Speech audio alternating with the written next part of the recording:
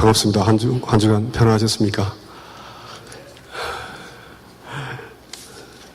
욥기를 한번 다 읽어보신 분 계십니까? 한 주간 동안에? 예, 몇 분 계신 것 같은데요. 지난 시간에 우리 도올 김용욱 선생의 비디오 클립을 보았습니다. 보고 심각한 도전이 기독교에 있구나라는 것을 우리가 같이 한번 나누고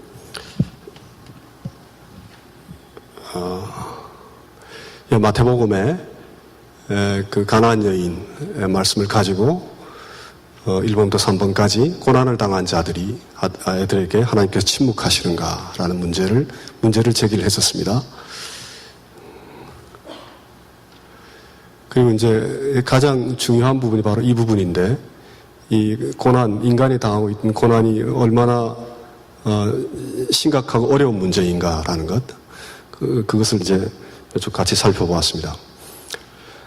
지금 이스라엘하고 팔레스타인 지역의 가자 지역에 지금 전면전이 일어나기 직전이죠.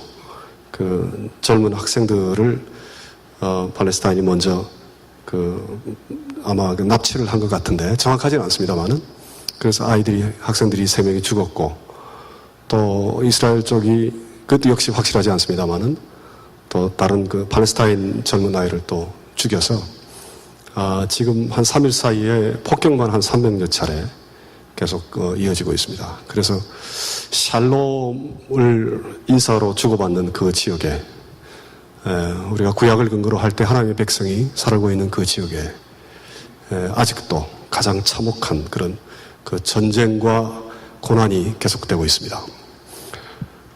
팔레스타인 지역에 있는 사람들의 증언을 오늘 제가 운전을 하고 가다가 라디오로 잠깐 들었는데, 폭격이 이루어진다라는 것은 단순히 한 30몇 명 지금 죽었다고 합니다. 얼마나 죽었는지 모르지만. 단순히 사람 생명이 위험한 정도가 아니라 지하 벙커에다 숨어서 생활을 해야 되기 때문에, 밖에 나오지 못하기 때문에 어린아이들부터 다 해서 아주 극심한 공포 속에 지금 있다는 거죠. 그리고 자기 집으로 돌아갈 수도 없고, 이제 그런 삶의 심각한 고난의 자리에 가 있는 것, 그것이 오늘날 그들이 직면하고 있는 그런 문제입니다. 그래서 이 고난의 문제는 결코 간단한 문제가 아닙니다. 인간에게 늘 닥치는 아주 심각한, 아주 심오한 그런 문제입니다. 그래서 결국은 고난의 문제를 다루지 않는 종교도 종교라고 할 수 있느냐라는 그런 질문을 던졌습니다. 그래서 이제 우리가 일반적으로 생각할 수 있는 신의 모습을 이신론, 범신론, 또 만유 내재 신론, 카발리스틱 갓, 이렇게 설명을 드렸습니다.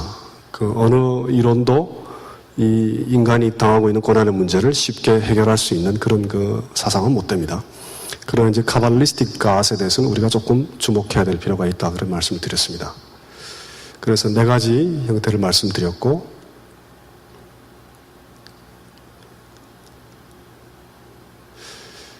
고난의 종교를 다루고 마쳤죠, 지난 시간에. 그래서 아브라함릭 릴리전이라는 것, 유대교, 회교, 또 기독교는 이제 오늘 우리가 같이 다룰 겁니다.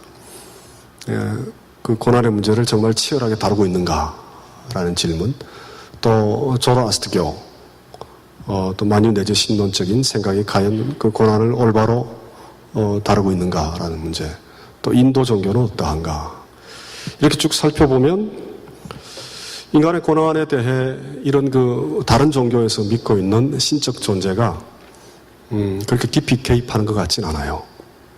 깊이 개입하고 있는 것 같지는 않습니다.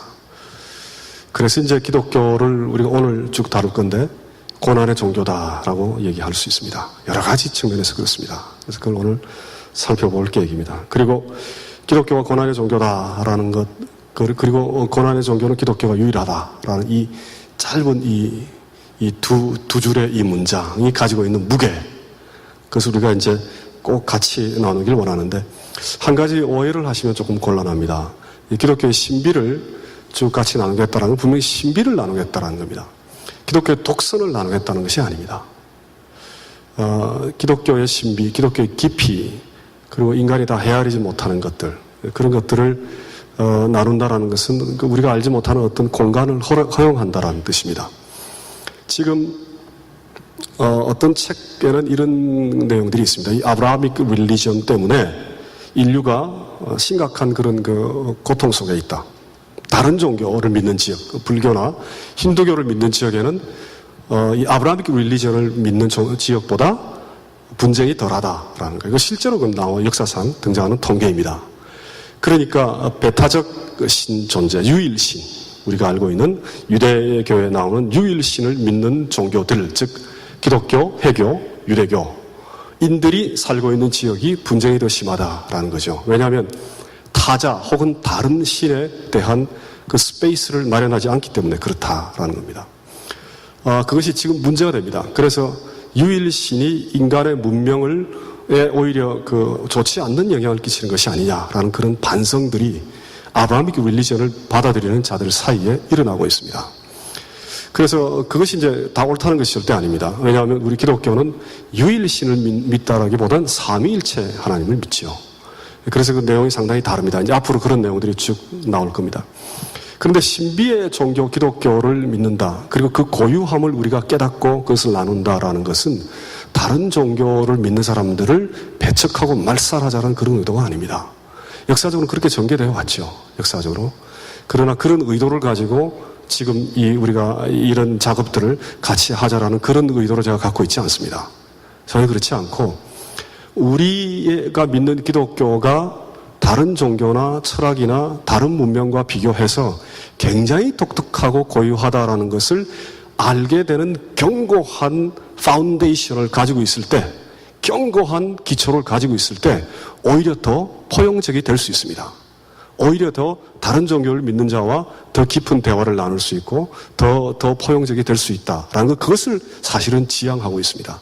그러니까 기독교 그 고유함을 나눈다라는 것이 다른 종교를 믿는 자들을 배척하거나 무시하거나 또 혹은 심지어 투쟁을 같이 일으키자라는 것을 의도하고 지향하고 있는 것이 전혀 아닙니다. 그 점은 꼭 이해해 주시길 바랍니다. 우리가 더 단단하고 우리가 더 견고한 파운데이션을 가지고 있을 때, 전부 다 그렇다는 게 아닙니다. 파운데이션이 그렇다는 겁니다.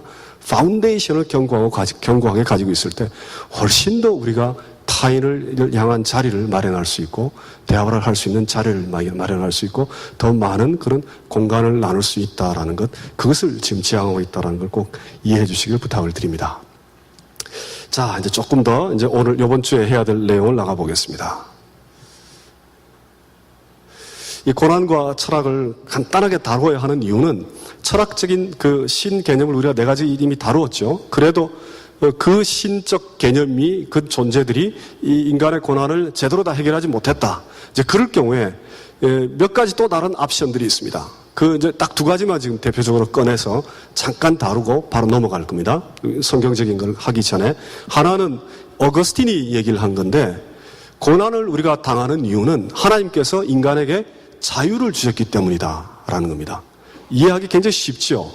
실제로 많은 분들이 그렇게 이해해 왔습니다. 그래서 지금 보면 자유의지 신정론이라는 그런 개념입니다.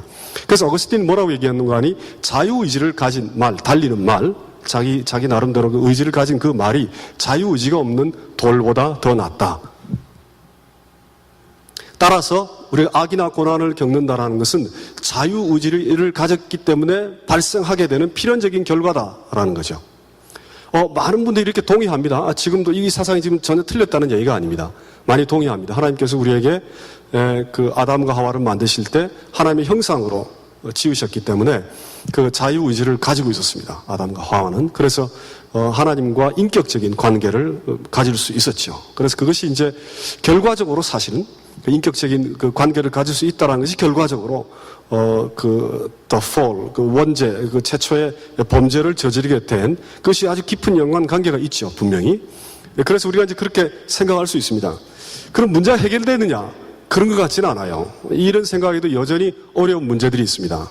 왜냐하면 논리적으로 봐서는 자유의지를 가진 말이 그 자유의지를 갖고 있지 못한 돌보다 낫다. 이거 맞습니다. 논리적으로 맞죠. 두 번째, 근데 낫다라는 거, 이 betterness, 낫다라는 것이 인간이 당하고 있는 그 고난의 그 아픔보다 더 중요한 문제냐? 낫다라는 게 도대체 무슨 뜻이냐? 더 낫다라는 게. 그 다음에 우리 일상은 자유롭지만, 그러나 죄라는 결과, 고난이라는 결과를 만들어내지 않는 그런 그 가치 중립적인 행위들을 하고 삽니다. 이거 어려운 말 아닙니다. 가치 중립적이라는 게 어려운 말 아닙니다. 쉽게 얘기해서 된장찌개냐 김치찌개냐 할 때 나는 그냥 김치찌개 먹고 나는 된장찌개를 먹는다고 해서 고난이나 제약을 만들어내지는 않죠. 오늘 제가 아침 나올 때 양복을 입고 나오냐 한복을 입고 나오냐 그 결정에 따라 그런 자유를 지금 누리고 있는데 그 결정이 어떤 악을 만들어내는 건 아니죠. 고난을 만들어내는 건 아닙니다. 모차르트를 좋아하느냐 슈베르트를 좋아하느냐에 따라 악을 만들어내는 건 아니죠. 가치 중립적인 그런 그 자유를 우리는 사실 많이 누리고 삽니다. 뭐 이렇게 지금 서서 얘기하고 이렇게 서서 얘기하고 제가 얼마든지 행동을 자유롭게 할 수 있죠. 근데 이것이 어떤 그 악이라는 고난이라는 결과를 초래하지 않습니다. 그러니까 그런 케이스들이 굉장히 많고 우리의 삶 속에 우리가 사실은 그런 자유를 누리고 살아갑니다. 평상시에. 이제 그럴 경우에 문제가 되는 질문이 과연 하나님은 자유롭긴 하지만 인간이 그러나 죄라는 윤리적 결과를 만들어내지 아니하는 그런 어떤 존재, 그 존재를 하나님은 만들 수 없었는가? 그런 질문이 가능하죠. 그러니까 고난과 하나님과의 관계를 철학적 사변으로, 지금 일종의 지금 철학적 사변입니다, 이것이. 물론 성경을 근거로 하고 있지만, 철학적 사변으로 답을 줄 수 있느냐. 이렇게 생각하고, 아, 나는 답을 얻었다라고 지나가는 분들이 굉장히 많아요. 근데 지금 이 문제는 여러 가지 그런 그 문제점들을 제기를 하게 됩니다. 그래서 결코 완전하게 해결했다라고 보기 어렵습니다. 정반대의 문제가 고난과 악이 있다라는 것, 그것 때문에 우리는 신의 존재를 부정할 수 있다라는 거예요. 신의 존재를 완전히 부정할 수 있다. 그것은 이제 논리가 뭐 이렇게 있습니다. 이거 좀 겹쳤는데요. 하여간 이걸 이제 그 에피큐리언 패러독스라고 부릅니다. 그러니까 BC, 그 기원전 한 300년경에 에피쿠루스라는 철학자가 제기했던 문제입니다. 그러니까 지금으로부터 2300년 전에 이미 제기되었던 문제입니다. 하나님이 만약에 전능하다면 A번 하나님 모든 걸 다 할 수 있다. 결국 그 얘기는 하나님은 악을 완전히 파괴할 수도 있다. 그런데 악이 존재. 이거 어떻게 됐죠?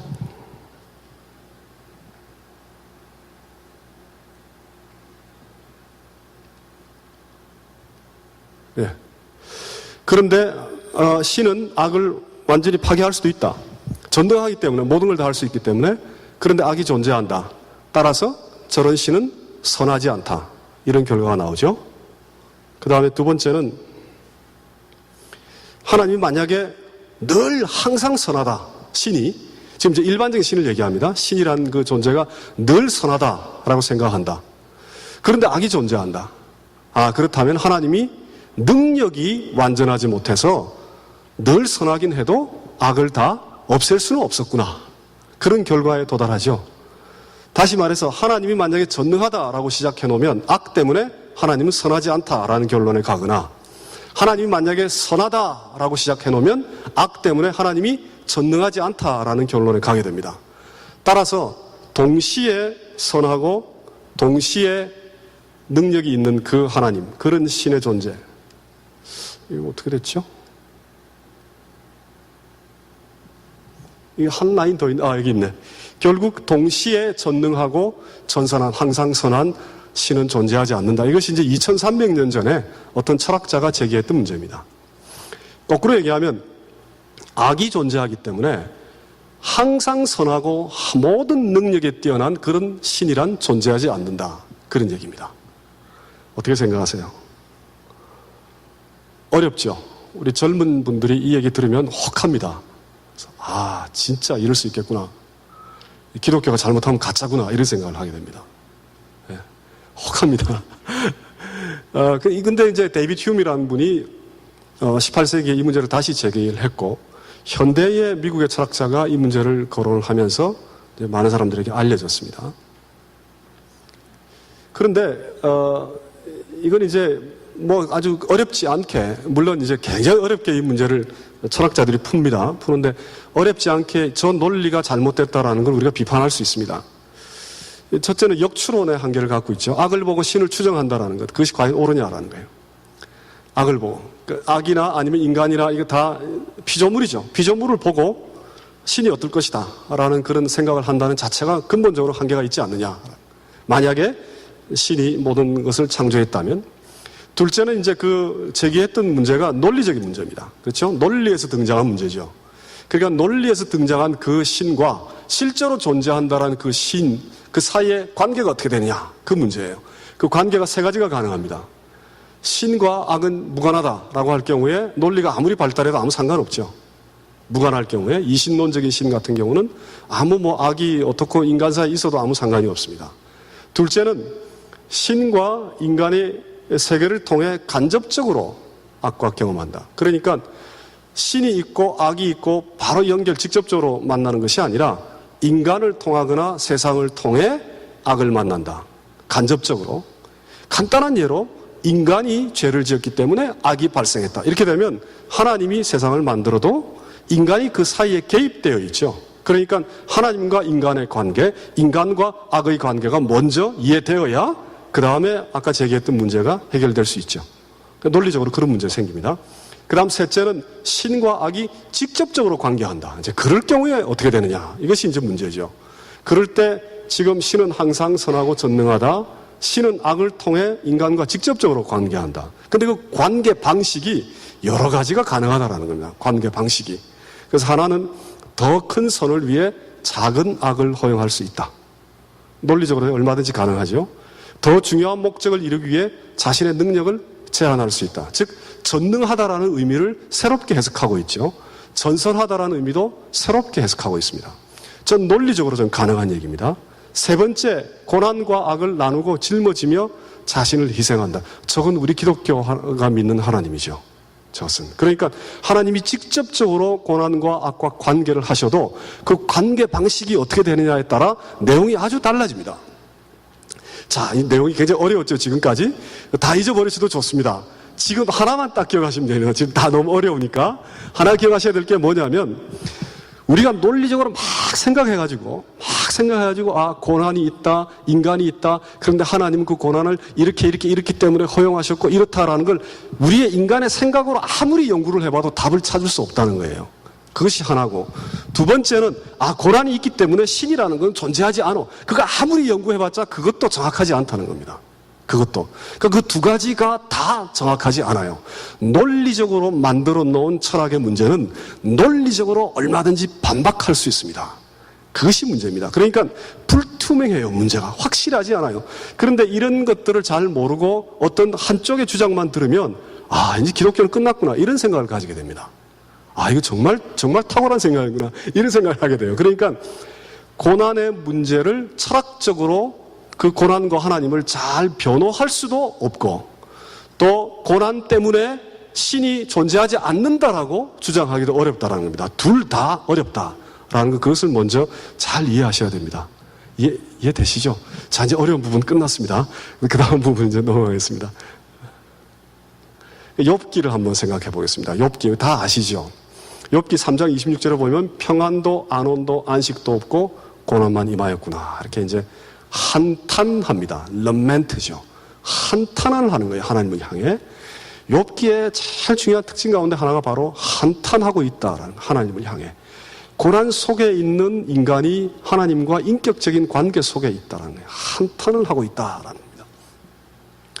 그런데 그 고난이 도대체 누구로부터 왔느냐라는 문제에 대해 욥기는 굉장히 다양하게 이렇게 대답합니다. 이것도 굉장히 다양하게 제가 여기까지는 굉장히 글씨를 작게 했는데 다음 주부터는 글씨를 가능하면 크게 좀 해서 쉽게 보일 수 있도록 하겠습니다.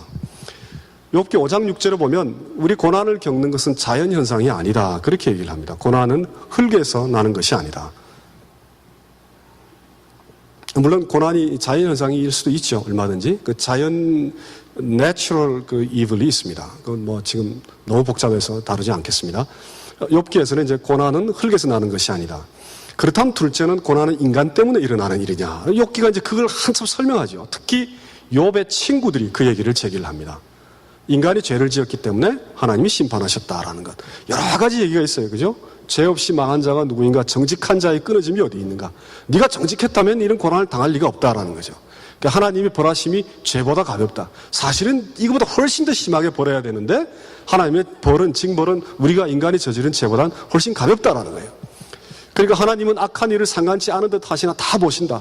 사람이 무엇이 근데 어렵다고 얘기하느냐? 너의 입술이 너를 정죄한다. 회개하고 하나님과 화목하라. 이렇게 이제 인간에게 고난의 근원이 있다라는 것이 이제 두 번째 견해입니다. 욥의 친구들이 계속해서 그 문제를 제기하죠.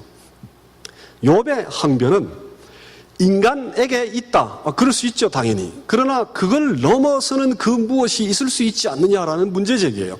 이것이 이제 욥기의 핵심적인 내용입니다. 인간이 죄를 지었기 때문에 모든 고난이 오고 하나님 심판하셨다라는 것이 틀렸다는 얘기가 아니라 그거보다 더한 그 무엇이 있을 수도 있지 않느냐라는 그런 문제 제기가 욥에게 아주 심각하게 등장합니다. 그래서 인생이 어찌 하나님 앞에 어려우랴. 이 얘기는 모든 인간이 하나님 앞에 어렵지 않다는 거예요. 죄를 짓거나 죄를 짓지 않거나 이런 문제가 아니라 모든 인간이 하나님 앞에 어렵지 않다. 또 나는 의로도라는 표현을 계속하죠. 그래서 보면은 하나님 내가 악하지 않다는 걸 안다. 하나님 까닭 없이 내 상처를 많게 한다. 나의 기도는 정결하다. 나의 의는 포도와 면류관이다. 나는 소경의 눈이요 저는 자의 발이요 가난한 자의 암이다. 굉장한 의인이었던 것 같아요. 욥이 실천적인 삶 속에서도 굉장한 의인이었던 것 같아요. 그러니까 이건 이제 성경의 신비입니다. 다음 주에 그 얘기를 할 겁니다.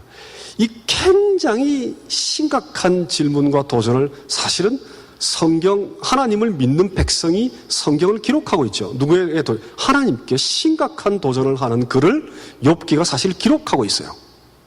하나님이 세상을 강력하게 다스린다라면 세상이 정의로워야 합니다. 그렇죠? 그걸 믿는 민족들이 여호와를 섬겼고 그 여호와가 하신 말씀을 기록한 것이 구약입니다. 그 구약의 내용 속에 하나님이 다 다스리고 있지만 정의롭지 못한 일이 벌어지고 있지 않냐, 까닭 없는 고난이 발생할 수도 있지 않느냐라는 문제 제기를 한다는 자체가, 그리고 그 경전이 아주 중요한 경전으로 구약 속에 포함되어 있다는 그 자체가, 그게 바로 신비입니다. 그게 우리가 만약에 하나님과 인간의 관계를 상상해가지고 우리가 메이크업 한다, 우리가 만들어낸다 경전을, 그럴 경우에 욥기 절대 포함 안 시킵니다. 우리가 만들려고 할 때 그런 과감한 도전을 하나님 앞에 하질 않습니다. 하나님께 정면으로 도전하는 거기 때문에 하나님이 이 땅을 다스린다면 까닭 없는 고난은 발생하지 말아야 된다라는 것이 우리가 일반적으로 생각하는 겁니다. 그런데 욥기는 그걸 정면으로 도전하죠. 우리가 생각하고 하는 것보다 더 이상의 그 무엇이 있을 수도 있지 않느냐라는 깊은 한탄을 하나님께 욥이 하고 있습니다. 한탄을 한다라는 것. 그래서 그러한 글이 경전으로 기록될 수 있다는 그 자체가 역설적으로 성경이 바로 인간들이 만들지 않았다라는 것을 입증하는 한 방법이기도 합니다. 이해가 되십니까? 어떤 내용인지? 그렇죠? 그런 걸 인간이 만들어낸다면 잘 포함 안 시킵니다. 근데 하나님께 굉장한 지금 심각한 도전과 탄원을 하고 있는 겁니다. 인생이 하나님 앞에 어떻게 어려우냐. 내가 악하지 않다고 하다 쭉 다 이제, 그 다음에 악인의 번영, 어찌하여 악인이 수를 누리고 세력이 강하냐. 그럴 경우에 정의 하나님이 어디 계시냐? 바로 도전이죠. 정의 하나님 계신다면 악인을 벌하셔야 되는데, 모두에게 하나님이 순전한 자나 악한 자를 멸망시킨다. 악인과 의인이 모두 죽는다. 이게 참 불합리한 얘기죠. 20세기 실존 철학에서나 다루는 얘기입니다. 아주 인생이 불합리하다는 거예요. absurd하다는 거. 불합리하다는 그런 얘기를 지금 하고 있습니다. 그러니까 결국은 그렇다면 고난은 하나님으로부터 오는 것이냐? 하나님께서 나를 학대하시나이까? 오늘 읽은 본문입니다. 그리고 욥이 친구들한테 그 얘기합니다. 너희들이 하나님처럼 나를 핍박하느냐? 이렇게 얘기를 해요. 그러니까 굉장히 심각한 하나님에 대한 도전이자 탄원입니다. 그런데 우리가 지금 관심을 가지는 내용은 자연현상이 아니다. 그럼 인간으로부터 왔는가? 욥의 대답은 아무리 자기를 돌아봐도 나로부터 온 것 같지는 않다. 그러면 무언가 그 위에 그 무언가가 있지 않겠느냐라는 질문을 던지며, 그렇다면 그것이 하나님입니까? 이런 의문을 제기하는 거예요. 그런 의문. 그러니까 굉장히 심각한 주제를 다루고 있죠. 굉장히 심각한 주제에서 욥기가 왜 정말 귀한 성경이다라고 얘기할 수 있는 거 하니, 아주 인간이 아직까지도 겪고 있는 어떤 철학도 해결하지 못한, 어떤 종교도 다루고 있지 않고 해결하지 못한 가장 인간이 그 해결하기 어려운 아주 심각한 문제를 밑에서부터 다 그냥 끄집어내고 있는 거예요.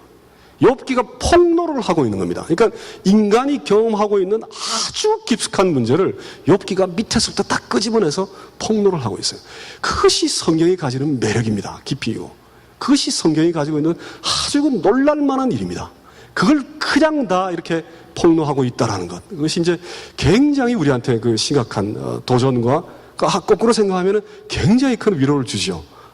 성경이, 우리가 믿는 성경이 정말 인간의 가장 아프고 다루기 힘든 부분을 그냥 우리에게 노출시키고 있구나라는 걸 안다라는 것. 그게 큰 위로입니다. 우린 그런 하나님을 믿는 자들이니까 굉장히 큰 위로가 되죠. 그 다음 두 번째는 그렇다면 이제 정의로운가라는 질문을 던집니다. 만약에 고난이 까닭없이 왔다라면, 인간이 이해하기 힘든 그 위에 무언가가 있다라면 과연 이것이 정의로우냐라는 그런 질문을 던지죠. 거기에 대해서 욥기는 최소한 3가지 정도 답변을 제시합니다. 욥이 자기 스스로 어떤 대답을 찾는 거 아니? 욥이 스스로 이건 하나님께서 내가 다 잘못을 저질러서 나를 심판했다라기보다는 나에게 어떤 시련이 나는 시험과 연단을 주시는가 보다. 이제 그런 생각을 욥이 합니다. 그래서 보면은 사람이 무엇이 간데 아침에 징계하고 마음을 두고 항상 시험하시는가. 그가 나를 단련한 후에 내가 정금같이 나오리라. 이런 이제 표현들을 하죠. 그래서 하나님의 시험이다. 시험이 아닐까. 그런 생각을 하죠.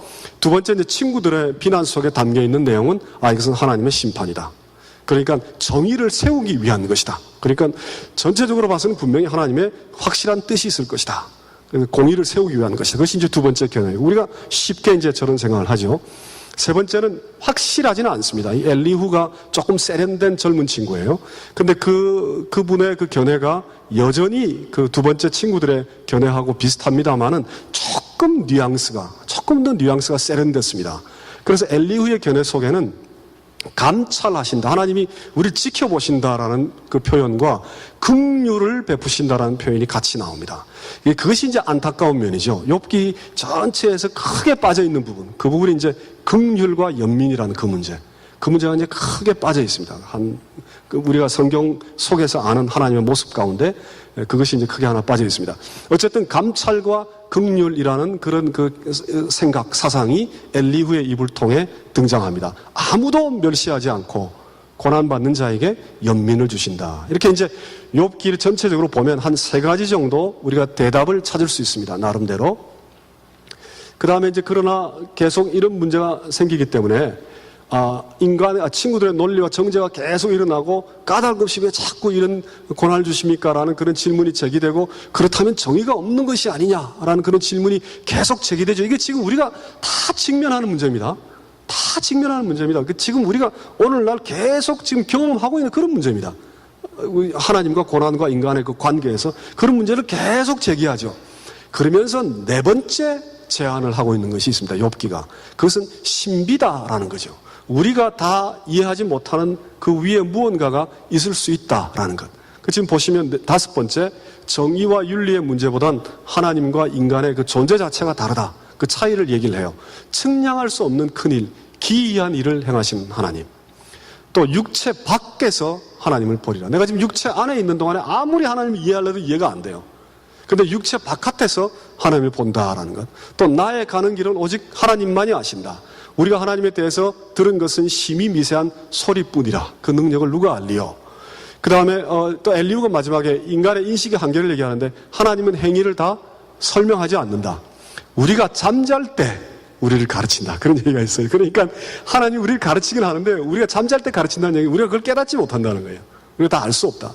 그래서 욥기가 또 하나 제시하는 문제는 신비의 어떤 영역이 있다라는, 인간의 고난 속에 신비의 영역이 있다. 그래서 최소한 욥기는 4가지 대답을 하고 있습니다. 저 정도면 어떤 철학보다도 깊이 있는 면을 노출하고 있죠. 논리적으로 정렬해서 얘기하고 있지는 않지만 이런 흩어져 있는 얘기들을 모으면 최소한 저런 나름대로의 4가지의 대답들을 발견할 수 있습니다. 여기에 대해서 하나님이 38장부터 등장하시죠. 등장하셔서 대답을 하십니다. 그 전에 우리가 이해해야 될 것이 이 탄원이라는 문제입니다. 욥의 탄식과 기다림. 욥이 군데군데 보면은 특히 이제 3장과 9장 이런 데서 보면, 3장과 9장에서 보면 인생의 허물을 반복적으로 얘기합니다. 내가 차라리 태어나지 않았는 것이 더 나을 뻔했다. 생명을 주신 자는 하나님입니다. 그렇죠? 그 하나님에 대해서 내가 차라리 나지 않았다면 좋았을 뻔했다라는 얘기는 하나님, 창조주 하나님의 그 능력과 그 존재를 부인하는 거죠, 한편으로는. 그러니까 우리가 많은 분들이 욥기를 해석할 때, 욥이 이미 입으로 죄를 저질러, 친구들도 그 얘기를 하죠.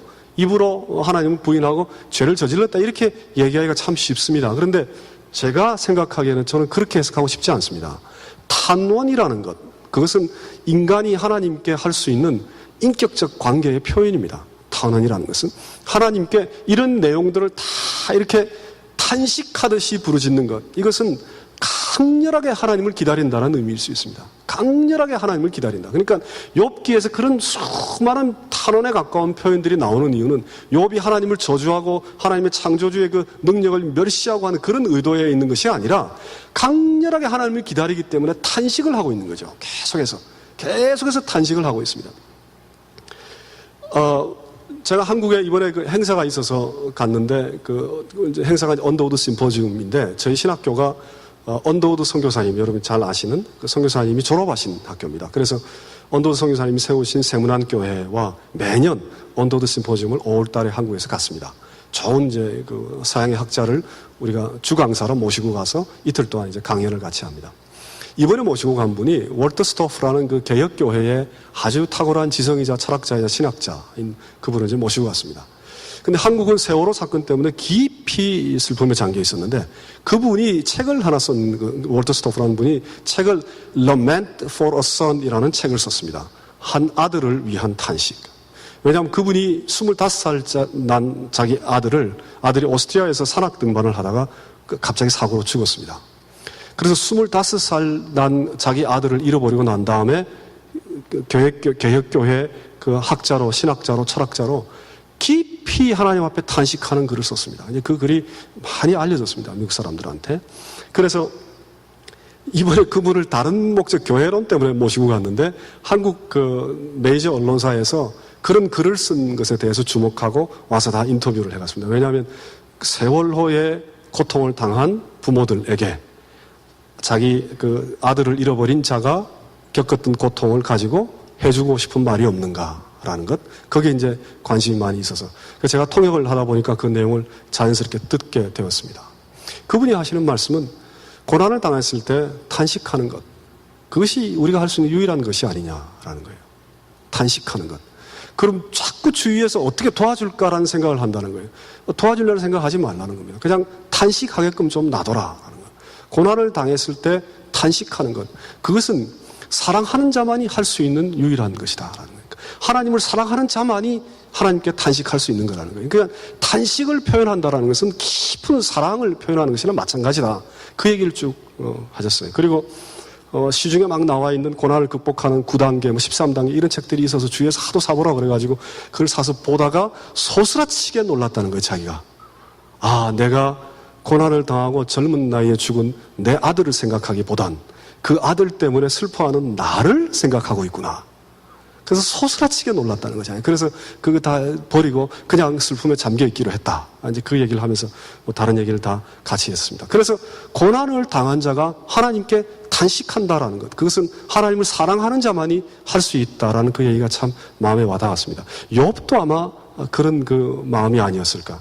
깊이 하나님을 사랑하는 자, 하나님 앞에 의롭게 살려고 굉장히 노력한 자가 고난을 당했을 때 하나님께 아주 강렬하게 탄식, 하나님이 어디 계십니까? 라는 강렬한 탄식을 하는 것은 하나님이 찾아오시기를 기다리는 거죠. 그래서 욥기에 등장한 그런 아주 그런 절박한 표현들, 그 표현 속에 들어있는 하나님과 인간의 탄식 속에 들어가 있는 하나님과 인간의 깊은 인격적인 관계, 그걸 우리가 주목해야 됩니다.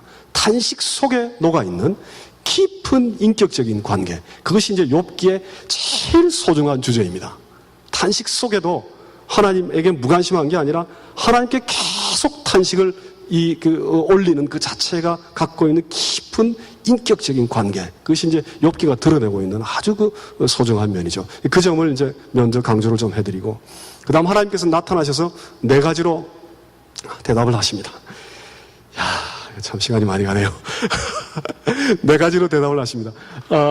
첫째는 38장부터 쭉 한번 읽어보십시오. 39장, 40장 쭉 읽어보시면 별이 어디서 왔는지 아느냐, 이슬이 어디서 왔는지 아느냐, 동물들이 어떻게 알을 낳는지 아느냐, 온갖 것 다 나로부터 왔다는 거예요. 하나님께서.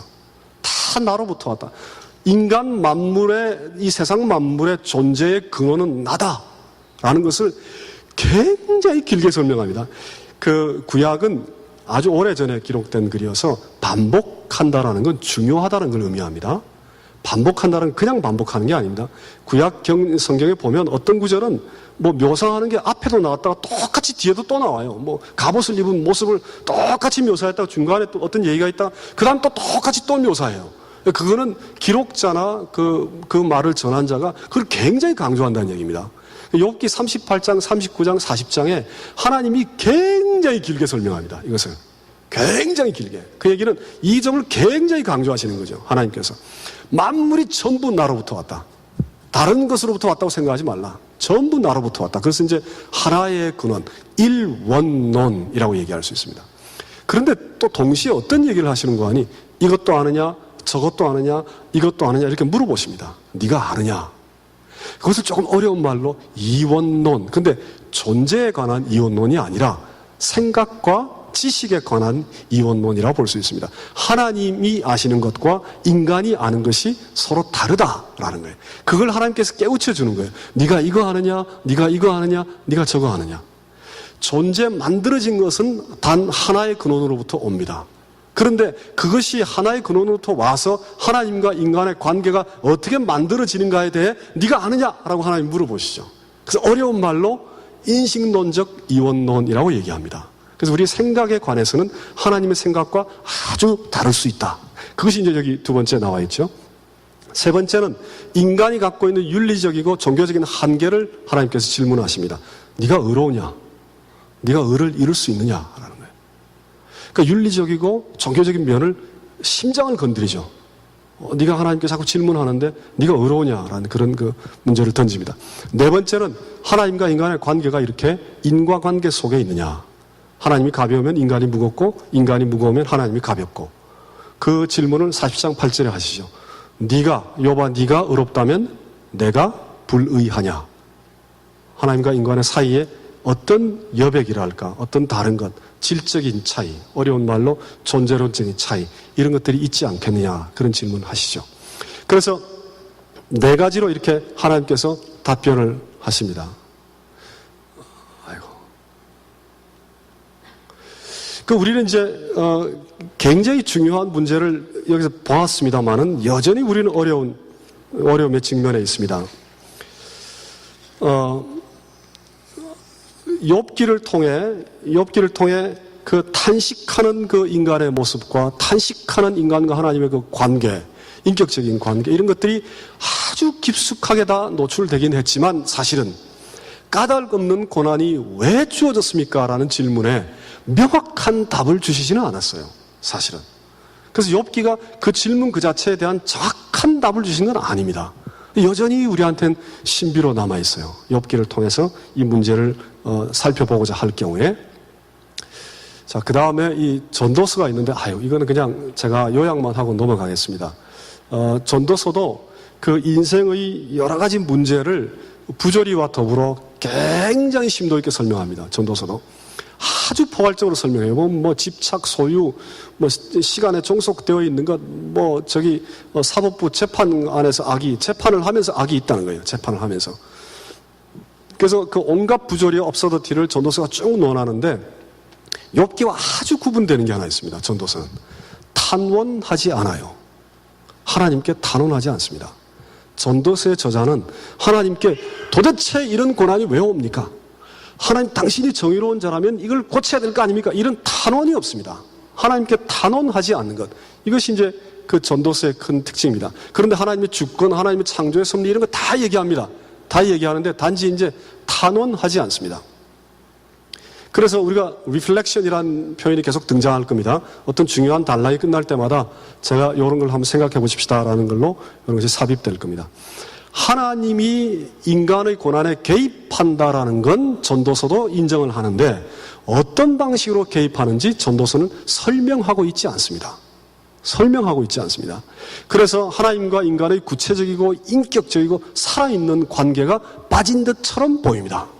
전도서를 보면 하나님에 대한 얘기를 막 해요. 하긴 하는데 그 전도서 기자가 어떤 도를 통한 사람 같아요. 가난한 가운데 그 정말 안빈낙도하는, 우리 동양의 사상으로는 도통한 사람의 모습이 보여요. 탄원을 하지 않기 때문에 그렇습니다. 그래서 이제 우리가 던지는 질문은, 고난을 겪고 있는 인간이 하나님께 탄원하지 않는 것, 그것이 과연 인격적인 관계냐라는 그런 질문을 던질 수 있습니다. 그래서 이제 요 두 가지 아주 뚜렷한 초점의 차이, 욥기는 굉장히 강렬하게 탄원하면서 인격적 관계를 맺고 있죠. 그 안에 전도서는 탄원을 하지 않고 훌쩍 건너뛰어 상당히 초월적인 얘기를 합니다. 전도서는. 그래서 굉장히 그 내용이 깊이 있고 멋있습니다. 전도서는. 그러나 그 무언가 인간과 하나님 사이에 적절하게 이렇게 자리하고 있는 그런 공간들 속에 누리는 그런 자유함, 그 자유함은 굉장히 멋있는데 그 신비와 자유함이 인격적 관계를 놓치고 있는 건 아닌가라는 그런 질문을 하게 되죠. 고난은 그렇게 간단한 문제가 아니기 때문에, 고난은 단표 누항으로 끝날 문제가 아니기 때문에, 그렇죠. 고난은 자연 속에서 꽃잎 떨어지는 거 보고 해결할 수 있는 문제가 아니기 때문에 그렇다는 겁니다. 그래서 전도서와 욥기는 상당히 뚜렷하게 서로 대조되고 있는 그런 면이 있습니다. 그럴 때 이제 구약의 하나님이 과연 누구냐, 패시브하냐 액티브하냐, 이거 넘어가겠습니다. 구약의 하나님은 패시브하기도 하고 액티브하기도 합니다. 구약의 하나님은 인간의 고난에 관해. 근데 이제 지금 저 2번, 3번에 보면 지금 사실은 그리스도에 대한 예언에 가깝습니다. 저 말씀은. 그러니까 가난한 자들이 가장 그 심각하게 고난을 겪는 이유가, 힘없고 약한 자들이 고난을 겪는 이유가 억울하게 당했다라는 거죠. 그렇죠. 지금 흑백 간의 갈등이라든가 모든 문제가 억울하게 사회 구조적으로 내가 흑인으로 태어났기 때문에 그런 그 불평등을 당하고 있다라는 거죠. 억울하게. 그러니까 상한 갈대와 꺼져가는 등불을 끄지 아니한다라는 건 약한 자에게도, 고난을 당하는 자에게도, 가난한 자에게도 정의를 베푸는 하나님을 구약시대 때부터 계속 기대해 왔던 거예요. 왜냐하면 약한 자들이 자꾸 당하고 살기 때문에, 강한 자에게. 그러니까 약자에게도까지 정의롭게 다가오시는 그 하나님을 기대하고 기다리고 노래하고 있는 것, 그것이 구약이라고 볼 수 있습니다. 그 신약을 지향하고 있는 거죠. 근데 구약은 하나님께서 깊숙하게 인간의 고난에 개입해 있다고 말씀을 하시는데, 용서하시고 뭐 연민의 그런 얘기 계속 나오죠. 연민의 하나님에 대해서 계속 구약은 선포하고 있는데, 구체적으로 어떻게 고난당하는 자와 하나님이 함께 하시는지에 대해 아주 상술되어 있지는 않아요. 구체적으로. 그것이 참 이상하다라는 거죠. 그리고 그 지금 2번과 3번에 나와 있는 얘기들은 예언에 가깝습니다. 장차 그 다윗의 씨가 우리에게 와서 공의의 하나님, 우리를 찾아올 것이다. 그런 그 예언에 가까운 표현들입니다. 그래서 우리가 살펴보아야 될 문제. 따라서 이제 구약은 흥미로운 점이 있죠. 욥기에서도 인간과 하나님의 아주 1대1 그런 배타적인 관계 위에 그 무언가 있을 수 있다라는 얘기가 선포되어 있고, 전도서에서도 툭 건너뛰어서 거리두기를 하고 있는 그 무언가가 선포되고 있어요. 그런데 그 무언가 때문에 구체적인 내용이 과연 무엇일까에 대해 사실 우리에게 시원한 답을 주시는 건 아니에요. 그런데 신약은 아주 구체적으로 성육신 하신 하나님이 아주 구체적으로 우리를 찾아옵니다. 아주 구체적으로 찾아오는 모습을 신약에서 우리가 같이 한번 살펴보겠습니다. 신약은 성육신 하신 하나님이다, 이렇게 볼 수 있습니다. 이걸 쭉 전체적으로 다 보아야 하기 때문에 제가 다 하겠습니다. 이런 부분들이 사실은 아주 오랫동안 잊혀져 왔습니다. 부각되지 않았습니다. 그래서 이제 우리가 믿고 있는 신앙의 그 대부분의 그 내용들은 사실은 사도 바울이 쓴 글에 나와 있는 것이 대부분입니다. 그래서 오랫동안 우리는 개인 구원에 많이 초점을 맞추고 믿어왔습니다. 그런데 그것이 굉장히 배타적이고, 그것이 굉장히 그 타인종이나 민족을 또 말살하는 그런 그 아주 제국주의적인 기독교를 낳았다라는 반성이 생기게 된 이유가 이 그리스도 때문에 그렇습니다. 약자와 가난한 자와 힘없는 자를 찾아온 그리스도 때문에 해방신학이 등장했고, 민중신학이 등장했고, 여성신학이 등장했고, 흑인신학이 등장했습니다. 그들이 주목하는 것, 그것은 그리스도입니다. 그들이 주목하는 것은 사도 바울의 말씀보다, 사도 바울의 말씀이 틀렸다는 얘기가 아닙니다. 관점이 달라요. 관점이. 다 보완되어야 하는데 사도 바울의 관점은 인간들이 어떻게 하면 구원을 받을까라는, 인간에게 하나님이 어떤 그런 그 혜택을 주시느냐라는 문제, 이제 앞으로 그런 문제 계속 나올 겁니다. 다다음 주도 그런 문제 계속 나올 거고요. 그쪽에 초점이 가 있는데 그리스도에게 우리가 초점을 맞추면 하나님의 나라가 자꾸 드러나요. 하나님의 나라가 무언가 우리에게 선포하고 계세요. 그리스도에게 초점을 맞추면. 그래서 그리스도에게 초점을 맞춰서 하나님 누군가라는 것을 생각해 보는 것, 이것이 지금 굉장히 중요한 문제입니다. 그리스도를 통한 하나님 알기, 하나님 보기. 그래서 그리스도를 보면 고난의 하나님이다, 이렇게 바로 우리가 규정 지을 수 있습니다. 이미 이사야에서 예언을 했죠. 우리를 대신해서 상하고 찔리고 징계를 받았다. 이건 작년에 우리 충분히 다루었습니다. 두 번째, 가난한 자와 포로된 자와 눌린 자에게 찾아오신 하나님. 누가복음 4장 18절 19절에 나오는 말씀을 이사야 61장을 인용했죠. 저 구절이 굉장히 중요한데, 굉장히 중요한 이유는 예수님께서 이사야 그 부분을 펼쳐서 얘기를 하면서 여기서 예언한 자가 바로 나다라고 얘기하시는 거죠. 예수님께서. 그러니까 예수께서 구약과 신약 사이의 연결됨을 예수께서 선포하실 뿐만 아니라 구약이 예언한 바로 그 자가 나다라는 것을 선포하시면서 동시에 그리스도가 누군가에 대해 정의를 내리고 있습니다. 내가 누군가? 내가 누군가 하니 나는 가난한 자가 포로된 자, 눌린 자를 해방하는 자다. 즉 고난받는 자를 해방하는 자다라고 예수님 스스로가 자기 자신을 정의를 내리고 있죠. 그뿐만 아닙니다. 마태복음 25장에 보면 예수께서 양과 염소를 나눌 때 양에 대해서 그렇게 얘기하죠. 너희들이 내가 목마르고 내가 가난하고 내가 목마르고 내가 줄이고 내가 나그네 됐을 때 나를 대접했다. 그렇게 얘기하니까 양으로 분류된 자들이 우리가 언제 그랬습니까? 우리는 모르는데요. 그렇게 얘기하죠. 우리는 그런 적이 없습니다.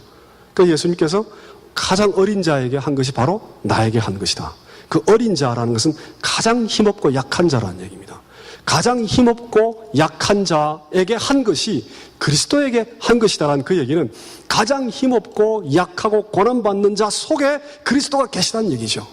그래서 마태복음 25장은 복음주의자들은 굉장히 싫어해요, 이 구절을. 그리고 우리 보수적인 분들은 굉장히 싫어해요, 이 구절을. 그런데 굉장히 중요한 성경입니다. 25장은 양과 염소를 나누는 때조차도 하나님께서 가난한 자, 약한 자, 눌린 자, 고난받는 자를 하나님께서 더 깊이 관심을 가지고 깊이 생각하시는구나라는 것, 그것을 알 수 있죠. 그래서 그게 바로 나다라고 예수께서 말씀하십니다. 그들 속에 내가 있다.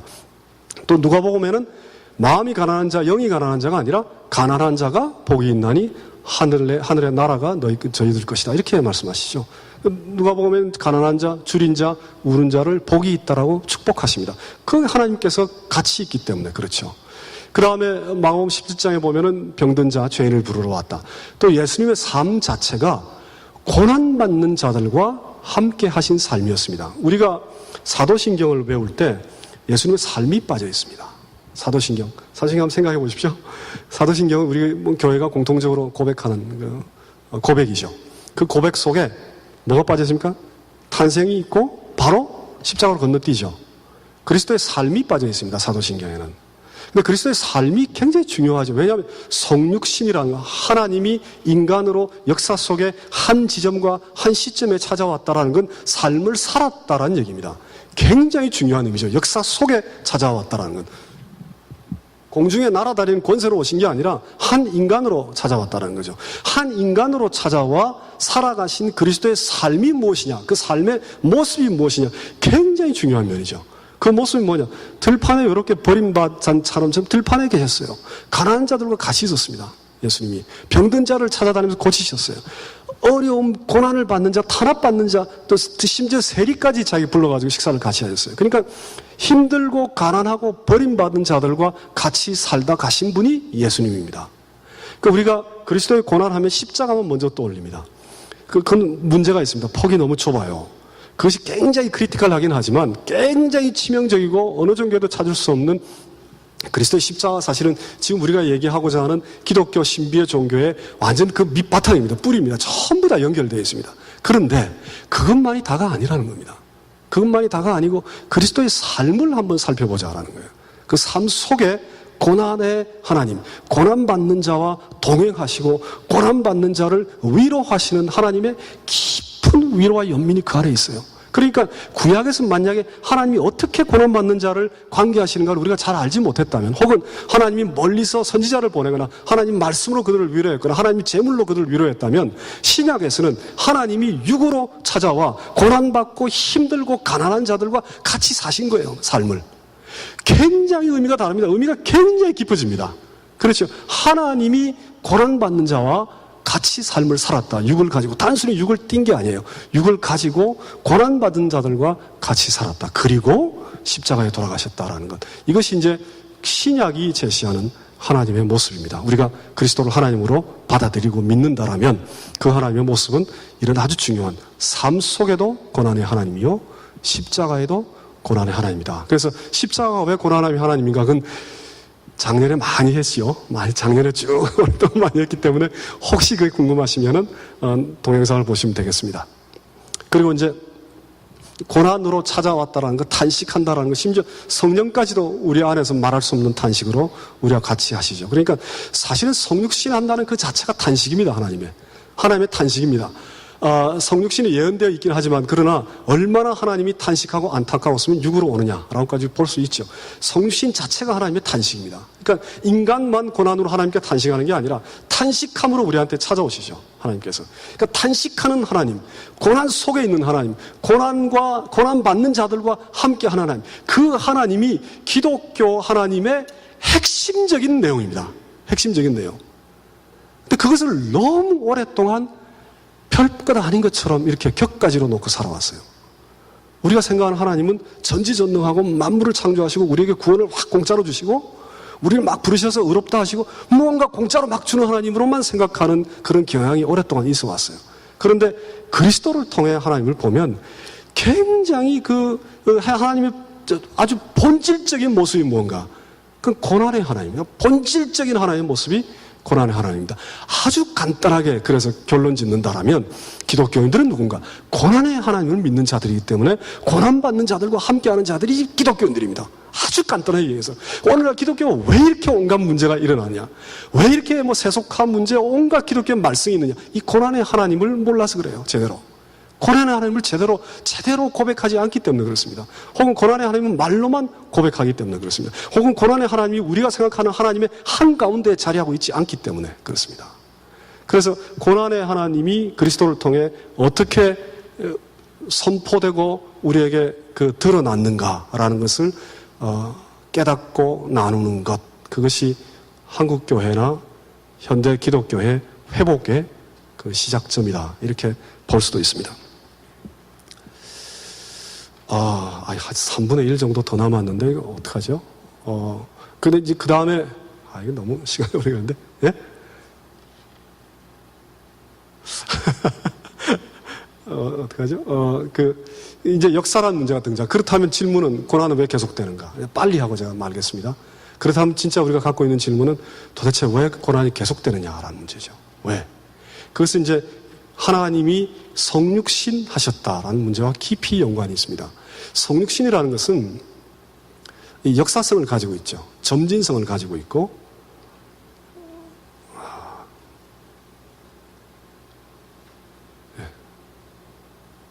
빨리 넘어가겠습니다. 아이고. 성육신이라는 것은 우리가 아주 쉽게 간단하게 생각하지, 예수께서 인간의 육을 입고 오셨지만 다 그 귀신들도 쫓아내고 또 막 그 병도 낫게 하고 무리를 걸어 다니시고 이렇기 때문에 예수님은 하나님으로 이 땅에 살다 가시구나, 이렇게 생각하기가 쉬워요. 우리가 그렇게 생각하기가 쉽습니다. 근데 성육신이라는 것은 유대 땅, 이스라엘 땅에 이스라엘 사람들만 만나신 겁니다. 그때 오셔서 그 시점에 우리를 직접 만날 수 없었죠. 그렇죠? 그리고 가나안 여인의 비유에서 보듯이 가나안에도 과부도 있고 온갖 종류 사람들이 많이 있었겠죠. 가나안 지역에서 뛰쳐나온 그 여인 딱 한 명만 만났습니다. 성육신이라는 그 의미가 뭐냐? 점진적으로, 점차적으로, 서서히 우리에게 찾아오신다라는 것이 성육신의 의미입니다. 성육신의 두 가지 면을 갖고 있는데, 초월자가 우리에게 왔다는 면이 하나 있고, 그 초월자가 찾아오시는 방식이 굉장히 인간에게 접근해 오는 방식이에요. 천천히. 그래서 예수께서 이방인들에게 복음을 전하셨습니까? 예수께서? 복음은 사실은 제자들에 의해서 전해졌죠. 이방인에게 가는 복음은. 예수께서 하나님 나라를 선포했지만 이스라엘 백성들에게 주로 선포하셨죠. 아주 좁은 지역에 아주 잠깐 살다 가셨습니다. 아주 잠깐, 아주 좁은 지역에. 그것이 성육신이 갖고 있는 하나의 본질입니다. 만약 그렇지 않다면 성육신이 아니죠.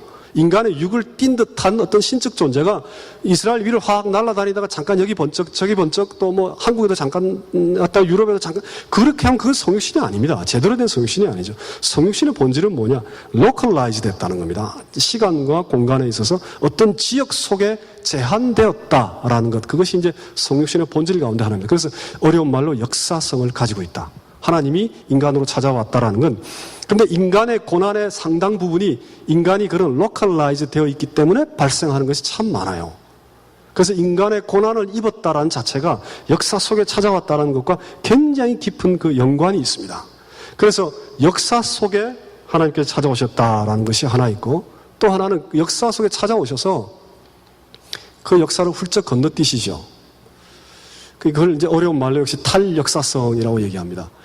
그 역사 속에 찾아오셔서 역사 속에 있는 인간들이 기대하고 예측하는 것을 훌쩍 건너뛰어 버립니다. 그것이 이제 초월자가 찾아왔기 때문에 그렇죠. 인간이 인간을 찾아온 게 아니라 하나님이 인간을 찾아오셨기 때문에 우리가 감히 상상하지 못하는 초월적인 일이 벌어진 거죠. 역사 속에서. 예를 들어서 내가 내 몸과 내 피를 너에게 주노라. 내가 이건 많은 사람을 위해서 대속물로 내 자신을 주는 것이다 라는 것. 우리가 이해를 못해요. 이게 뭔 얘기인지. 근데 역사 속에 찾아오셔서 죽음으로, 십자가의 죽음으로 우리를 구원하셨다라는 건, 죽음은 철저하게 인간으로서 죽음이죠. 근데 그 죽음이 인류를 구원했다라는 것, 그건 역사를 훌쩍 건너뛰는 겁니다. 훌쩍 넘어서는 거죠. 그래서 성육신은 그 두 가지 양 측면이 같이 동시적으로 내재하고 있는 것, 역사 속에서 역사를 건너뛰고 있는 것, 그렇게 볼 수 있습니다. 그래서 어려운 말들이 있는데 조금 넘어가겠습니다. 이제 이렇게 그림을 그려보면 이렇습니다. 굉장히 중요한 면인데, 역사 속에서만을 살펴본다면 성육신 역사 속에 점진적으로 하나님께서 찾아오셨죠. 그리스도께서. 그런데 그 그리스도가 삶과 죽음을 통해 굉장히 극단적으로 인간의 육을 입으셨습니다. 굉장히 극단적으로, 아주 극단적인 그런 역사의 한가운데 가장 극단적인 고난을 짊어지셨습니다. 그런데 그것이 그때 잠깐 찾아와 끝난 게 아니고 점진적으로 시간 속에 점차적으로 우리를 찾아왔기 때문에 자기 제자들을 통해, 그 제자의 제자들을 통해, 그 제자의 제자들을 통해, 우리를 통해 점진적으로 오늘도 그 성육신이 계속되고 있다는 거죠. 역사 속에 찾아왔기 때문에.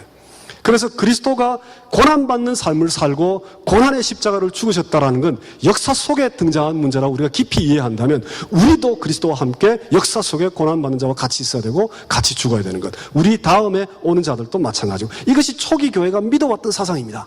초기 교회가, 이그네시우스라는 초기 교회 로마에 순교하기 위해서 포로돼가지고 잡혀갈 때 자기는 하나님께 막 찬양을 기도를 드렸어요. 아, 나는 이제 내 피를 흘리며 그리스도와 하나 되는구나.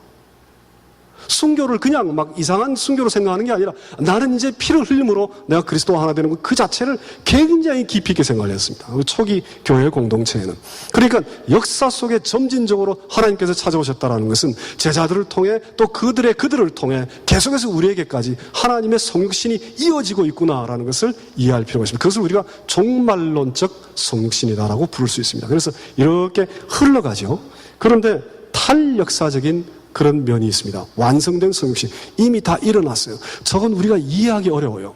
예수께서 다 이루었다고 선포했을 때, 예수께서 십자가에서 돌아가셨을 때, 예수께서 부활하셨을 때 무언가가 이미 일어났습니다. 그것은 하나님 안에서 이미 완성된 겁니다. 그냥 자발적으로 완성됐다는 게 아니고 하나님과 인간의 관계 속에 무언가가 다 일어나 버렸어요. 이미 완성되어 있어요. 이미 우리의 부활도 이미 완성되어 있습니다. 문제는 우리가 그것을 일일이 다 깨닫지 못해요. 왜냐하면 탈역사적이기 때문에, 역사를 넘어서 있는 그 무엇이기 때문에 우리가 그 내용을 정확하게 다 알지는 못해요. 근데 무언가가 이미 일어났어요. 그것을 저는 어려운 말로 리얼리즘, 예수 그리스도의 리얼리즘이라고 얘기합니다. 무언가가 이미 일어났다. 그리스도 안에 세계와의 관계 속에 무언가가 이미 일어났다라는 것, 그것이 이제 역사 속에 찾아와 초월자가 우리를 훌쩍 건너뛰어 전 인류와 믿는 자를 자기 안으로 불러 모으시는 그 무엇, 그 은총에 그 신비스러운 일이 이미 일어났다라고 보는 거죠. 그래서 그 역사 속에 찾아오셔서 역사를 넘어서는 하나님의 모습이 같이 공존합니다. 공존한다라는 이것이 이제 참 중요합니다. 그래서 가나안 여인과 그리스도는 이제 빨리 넘어가겠습니다. 이건 그것을 생각하시면서 가나안 여인을 생각하시면 좋습니다. 결론은 뭐냐면 이 리플렉션에 네 가지, 고난과 더불어서 기독교는 네 가지 점이 아주 중요합니다. 네 가지 점. 첫 번째, 고난의 원인과 해결에 대해 인류는 답을 정확하게 찾을 수 없어요. 이걸 이해하는 것이 필요합니다. 그러니까 고난으로 신을 증명할 수도 없고 고난으로 신을 부정할 수도 없습니다. 인간의 사고는 굉장히 제한된 속에 있습니다. 둘째는 종교가 굉장히 세상에 많지만 고난의 문제를 치열하게 다루지 않는다면 그걸 종교라고 할 수 있느냐라고 우리는 질문할 수 있어야 됩니다. 그럼 도대체 기독교는 뭐냐? 기독교는 고난과 더불어 최소한 네 가지의 모습을 발견할 수 있습니다. 그래서 우리는 신비라고 얘기합니다. 첫째는 치명적 기독교라는 거예요. 아주 치명적입니다. 아주 파이틀하고 페이틀하고 아주 크리티컬합니다. 레디컬하고. 역사에 하나님이 인간의 육을 입고 이 땅의 역사 속에 로컬라이즈 된다는 자체가 말이 안 되는 얘기예요. 아주 치명적인 얘기입니다. 아주 치명적이고 아주 레디컬하게. 구약에서는 많은 것들이 제시되었지만 신약에서는 육을 입고 직접 고난 속으로 찾아와 고난 속에 들어간 거죠.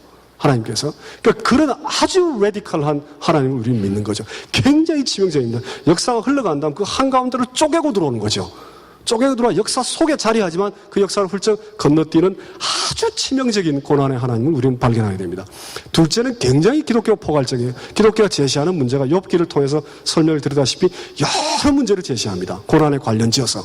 또 기독교가 또 탁월하게 인간의 고난의 문제를 윤리적으로 해석하죠. 우리가 죄를 지었기 때문에 고난이 발생한다. 대부분 그 얘기가 맞습니다. 틀린 얘기가 아닙니다. 인간사의 80%의 고난은 예를 들어서 우리 때문에 발생합니다. 우리 때문에. 하나님 때문에 발생하는 게 아니라 우리 때문에 발생합니다. 그 문제를 아담과 하와의 창세기 이야기에서 이미 벌써 얘기하고 있죠. 이미. 고난이 어디서 왔느냐? 우리가 하나님 앞에 죄를 지었기 때문에 발생한다라는 윤리적 해석을 기독교가 가하고 있죠.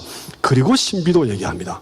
그리고 성육신도 얘기하고 초월도 얘기합니다. 그리고 까닭 없는 고난이 있을 수 있다는 걸 아주 처참하게 폭로합니다. 욥기를 통해.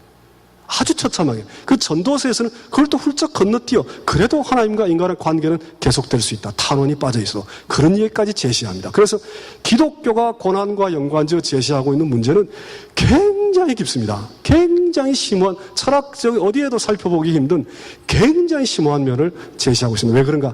아주 포괄적이기 때문에. 세 번째는 인격적 기독교입니다. 고난과 더불어. 욥기를 통해 탄원하죠. 하나님은 초월자여가지고 우리가 더 이상 질문할 수 없는 그런 하나님이 아니라 우리가 정말 사랑한다면 하나님 앞에 정말 강력하게 왜 내게 고난을 주십니까? 라고 탄원할 수 있습니다. 기도는 탄원이죠. 기도한다는 건 탄원입니다. 하나님께 기도할 수 있어요. 왜냐하면 인격적인 관계 속에 있기 때문에 그렇습니다. 그 초월자 하나님과 우리가 대화를 나눌 수 있기 때문에 그렇습니다. 그래서 고난과 더불어 인격적 하나님이 아주 깊이 있게 드러난 것, 그것이 기독교의 하나님입니다. 그런데 또 신비적 기독교가 있습니다. 그게 다가 아니라는 거예요. 기독교가 제시하는 건. 인격적으로 타이트하게 익스클루시브하게 너와 나의 관계만 있는 것은 아니라는 겁니다. 전도서가 제시하는 하나님은 그 위에 무언가가 또 모르는 무언가가 있다. 그것이 또 있다라는 걸 또 설명하고 있어요. 기독교가. 그래서 고난과 더불어 기독교는 최소한 이렇게 네 가지 면을 가지고 있습니다. 하나의 그림으로 그리자면 이렇습니다. 치명적 하나님과 포괄적 하나님은 조금 서로 반대가 되는 듯하죠. 아주 치명적 하나를 철저하게 파고 들어오는 그 하나님과 전체를 아우르고 있는 그 하나님이 반대되는 듯하지만 우리가 이미 다 얘기를 나눴습니다. 그 다음에 인격적 하나님은 1대1 관계에 아주 탄원이 있는 것처럼 보이는데 거기에 신비적 하나님은 또 자기 부정의 하나님과 거리두기, 어떤 공간, 여지, 자유함 이런 것들이 또 있습니다. 그래서 인격적이면서 동시에 신비적이고 치명적이면서 동시에 포괄적인 하나님을 우리는 성경 속에 쭉 살펴보면서 찾아보았습니다. 그래서 이런 하나님을 어떤 탁월한 작가가 만들어낼 수 있느냐라는 거죠. 이런 하나님을 어떤 탁월한 사상가가, 문학가가 일부러 만들어낼 수 있느냐. 66권 속에 흩어져서 그건 불가능하다. 하나님께서 거룩한 영으로 계시하여야만 이렇게 깊은 하나님의 모습, 고난과 더불어 이렇게 깊이 있는 하나님의 모습이 설명되고 선포되고 계시될 수 있다. 우리가 이렇게 믿는 겁니다. 그래서 이런 하나님을 믿고 고백하는 자로서의 삶을 우리가 다 같이 나누고 살 수 있기를 소망합니다. 우리 같이 한번 기도하겠습니다.